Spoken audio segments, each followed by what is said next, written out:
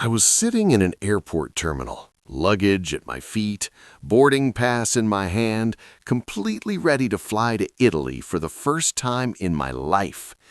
It was a trip I had planned for 2 years, a trip I had saved for, a trip that was supposed to be mine. And then my phone buzzed. It was an email from the airline. Your flight has been canceled. I stared at that screen for a full 30 seconds before I called the airline, confused because the weather was perfect and I hadn't received any alert. And that's when the customer service agent said something that stopped my heart cold. "Ma'am, the cancellation was requested by the account holder. The booking was canceled from your family account." My daughter had canceled my flight. My own daughter. And what she said when I called her, I never saw it coming. Let me back up, because you need to understand who I am and how I got to that airport terminal. My name is Carol. I'm 63 years old, and I live in a small town outside of Columbus, Ohio. For 31 years, I was a wife, a mother, a school librarian, and the kind of woman who always put everyone else first. My husband, Dennis, passed away 4 years ago from a sudden heart attack. We had 30 years together. Good years. Real years. The kind of marriage where you fight over the thermostat and laugh about it later. When Dennis died, something inside me just dimmed. For almost 2 years after the funeral, I barely left the house. My daughter, Melissa, came over every weekend. She'd bring groceries, sit with me, watch old movies. And I was grateful. I genuinely was. She stepped up when I needed her most, and I will always love her for that. Melissa is 41. She's a project manager, organized, efficient, capable. She's also a worrier. Always has been, even as a little girl. She used to triple-check that the stove was off before bed. She'd remind her teachers about homework deadlines. When she was 12, she made a laminated emergency contact card and kept it in her backpack just in case. That's Melissa. And for most of my life, I found it endearing. But after Dennis died, something shifted between us. Little by little, without me even noticing, Melissa stopped being my daughter and started being my manager. She'd call twice a day to check in. She started asking me to text her when I got home from the grocery store. She'd suggest I rest more whenever I mentioned wanting to try something new. When I signed up for a watercolor painting class at the community center, she spent 20 minutes on the phone asking if I was sure I felt up to driving at night. I was 62 years old. I had been driving myself places since 1979. But I loved her, so I let it go. Then, about 18 months ago, I decided I was done grieving. I mean that in the healthiest way possible. I wasn't forgetting Dennis. I wasn't replacing him. I was just deciding, consciously, firmly, that the rest of my life was still my life. And I wasn't going to spend it sitting in a recliner waiting for someone to check on me. I started taking long walks. I rejoined my church choir. I signed up for a beginner's Italian language class at the library, which, by the way, I loved. I started reading travel memoirs. Rick Steves, Francis Mays, Elizabeth Gilbert. And one evening in February, I opened my laptop, looked up flights to Rome, and thought, why not? I had the money. Dennis and I had always talked about going to Italy someday. It felt like something I owed both of us. I booked a 14-day trip. Rome, Florence, the Amalfi Coast. I joined an online travel group for solo women over 50 and found a small group tour with a reputable company. I bought a new carry-on suitcase. I bought good walking shoes. I practiced my Italian every single morning. Buongiorno. Davi il bagno? Grazie mille. I was ready. And then I made a mistake. I told Melissa. The silence on the other end of the phone when I told her lasted so long I thought the call dropped. Then she said very carefully, "Mom, Italy? Alone?" I told her it wasn't exactly alone, I'd be with a group tour. I told her I'd done my research. I told her the company had excellent reviews and a 24-hour support line. She said she needed to think about it. She needed to think about it. Like it was her decision.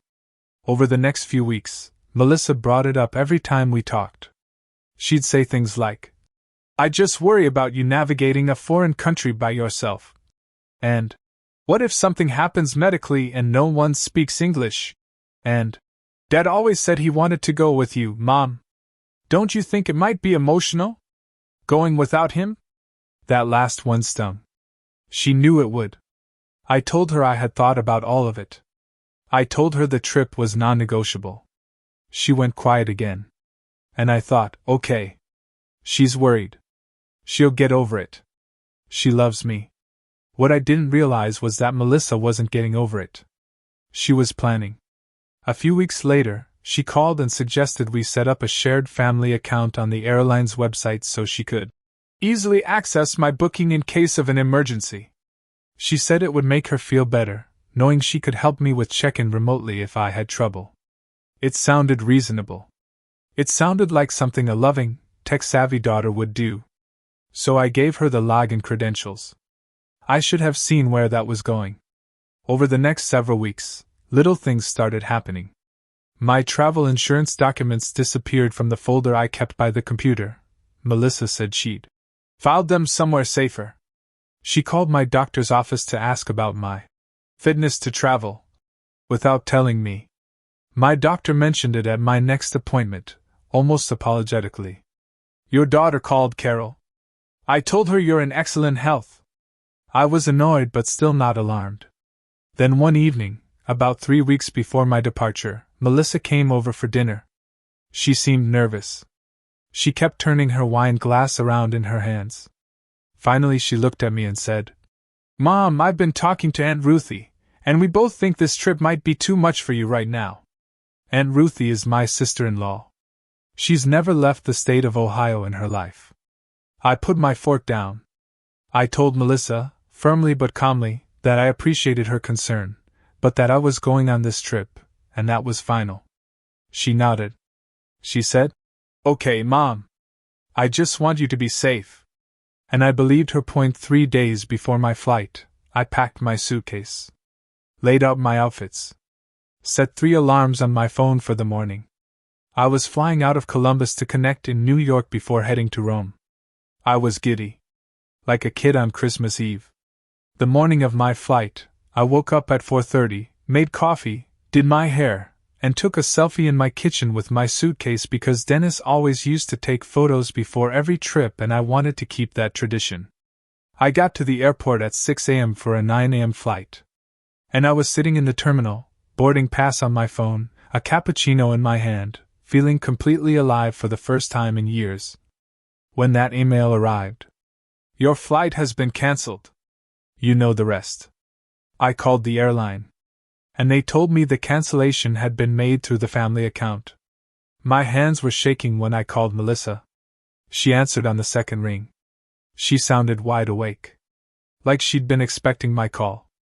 I said, "Melissa, did you cancel my flight?" A pause. Then she said, "Mom, I did it to protect you. You weren't ready for this. I talked to Aunt Ruthie and to Dr. Simmons' office, and everyone agrees that this kind of trip is too stressful for someone your age who's still grieving." I couldn't even speak. She kept going. "I already called the tour company and told them there was a family medical situation. They said they could reschedule. I was going to tell you this weekend. I thought if I could just stop the trip, we could talk about it, and you'd eventually understand." "You thought if you stopped the trip?" My voice came out very quiet. "Yes. Mom, I love you. I'm trying to take care of you." "Melissa," I interrupted her. "I am sitting in an airport. I am 63 years old. I am healthy. I am capable. And you went behind my back, used my own account, and cancelled the trip I have been planning for 2 years. Because you decided I wasn't capable of making my own decisions." Silence. Then, "When you say it like that, it sounds bad, but..." "It is bad, Melissa." I hung up.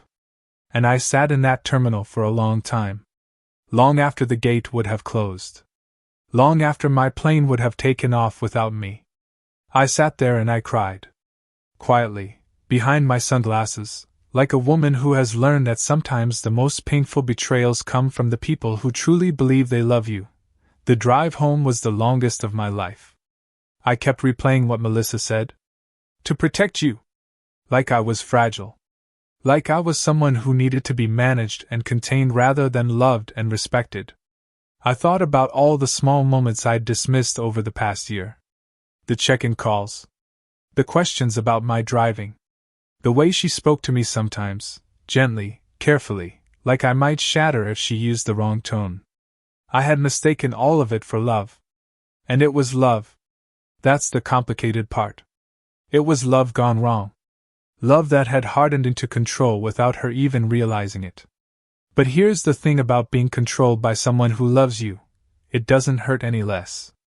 That night, I sat in my living room with a cup of tea and I looked at the framed photo of Dennis on the bookshelf. The one from our trip to Niagara Falls in 2002. He's laughing at something, I said. He always laughed at my jokes, even the bad ones. I thought, what would he say right now? And I knew. He'd say, Carol, don't let anyone put you in a box. Not even the people you love. I picked up my phone. I had 11 texts from Melissa. 3 voicemails. I didn't read them yet. Instead, I opened my laptop. And I started making a new plan. The first thing I did was call the airline directly and rebook my own flight. Different date, different account, one that only I had access to. The woman on the phone was lovely. I explained that there had been an issue with my previous booking and I needed to start fresh. New booking. My name only. Of course, she said. Would you like to fly business class? We have a sale this week. I had never flown business class in my life. I said yes. Then I called the tour company. They were incredibly kind. They had a new group departing in 6 weeks and they could slot me right in. I confirmed my spot, paid the deposit, and wrote the tour company's number in my personal address book, the paper one, that no one else can access. Then I sat down, and I did something much harder. I wrote Melissa a letter. Not a text. Not an email. A real letter, on paper, in my own handwriting. I told her I loved her. I told her I understood that her fear came from a real place, from losing her father, from being terrified of losing me too. I told her that grief does strange things to people, and I had compassion for that. But I also told her the truth. I told her that what she did was a violation of my trust and my autonomy. That no matter how much she loved me, she did not have the right to make my decisions for me. That I was not a child, and I was not a patient, and I was not something to be managed. I told her that I needed her to be my daughter. Not my guardian. I mailed the letter the next morning. She called me 3 days later, crying. Really crying. The ugly, broken kind of crying that means something has actually landed. She said, Mom, I didn't even realize I was doing it. I've been so scared since Dad died. I kept thinking, if I could just control everything around you, I could keep you safe.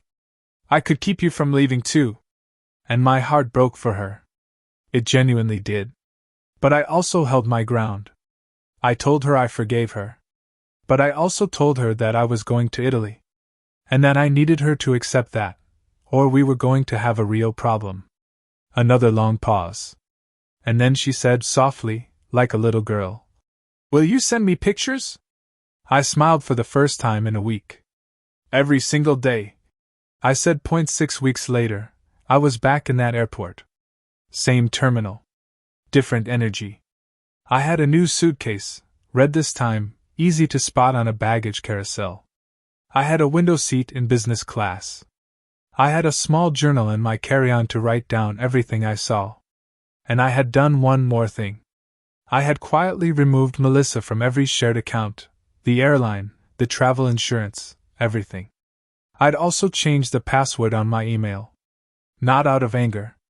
Out of self-preservation. When I told Melissa what I'd done, she was quiet for a moment. Then she said, That's fair, Mom. And I thought, maybe she's going to be okay after all. Here's where the karma comes in, and it's gentler than you might expect, but it's real. In the weeks before my trip, Melissa had told several of her friends and our extended family that she had talked her mother out of the Italy trip because it was too risky. She'd framed it as responsible caregiving. A few relatives had actually praised her for it. When I announced, casually, matter-of-factly, that I was going after all, the reactions were immediate. My friend Barbara said, "Good for you, Carol. I was wondering when you'd stand up." My nephew called and said, "Aunt Carol, honestly? Melissa told us she canceled your trip and I thought, that's not right." Even Aunt Ruthie, who had apparently been recruited into Melissa's camp, called to apologize. She said, "I should have stayed out of it. You're one of the sharpest women I know." Melissa had told the story expecting to be the hero. Instead, the people who knew me, who really knew me, saw it for what it was. She didn't lose her reputation. But she learned something. Something about the difference between protecting someone and controlling them. And I'd like to think that lesson is going to make her a better person. A better daughter. Maybe even a better mother someday. I landed in Rome on a Tuesday morning. The light there is different. I don't know how else to explain it. It's warmer somehow. Older. Like the sun has been shining on those cobblestones for so many centuries that it's learned how to do it right. I stood in front of the Trevi Fountain on my second day. It was early, before the crowds arrived, and the water was catching the morning light and everything was gold and blue and impossibly beautiful. I took out my phone and I took a photo. Then I took out the little journal I'd bought for the trip. And I wrote one sentence at the top of the first page. "Dennis, I finally made it." I threw a coin in the fountain. And I cried, but not from sadness. From something that felt like relief. Like completion. Like I had finally, after 4 hard years, found the thread of myself again. Every day, I sent Melissa a photo. The Colosseum at sunset. A bowl of cacio e pepe that made me audibly gasp. A narrow street in Florence lined with flower boxes. The Amalfi coastline from a cliffside terrace. And every day, she texted back. "Mom. That's stunning. Mom. I'm so glad you went. Mom. Save me some pasta." On the last night of my trip, I sat on a terrace overlooking the Mediterranean Sea. There was a glass of limoncello in front of me and a sky full of stars above me. And I thought about what it means to be a woman of a certain age in this world. How people, even the ones who love you most, can start to see you as something fragile. Something that needs to be wrapped up and kept still. How easy it is to let that happen. How dangerous. We don't stop being ourselves just because we get older. We don't stop having dreams just because we've had loss. We don't stop deserving adventure just because someone is afraid of what might happen if we reach for it. My daughter learned that. And so did I. If you're watching this and someone in your life is treating you like you can't handle your own story, hear me when I say this. You can. You are not too old. You are not too broken. You are not too much. And if you're watching this and you are the Melissa in someone's life, I say this with love. Your fear is not their cage. The greatest gift you can give the people you love is trust. Trust that they know themselves. Trust that they can handle what comes. Trust that their joy is worth more than your comfort. Take care of the people you love. But let them live. If this story moved you, hit that like button and share it with someone who needs to hear it today. And drop in the comments, have you ever had someone try to protect you right out of something you deserved? I want to read every single one.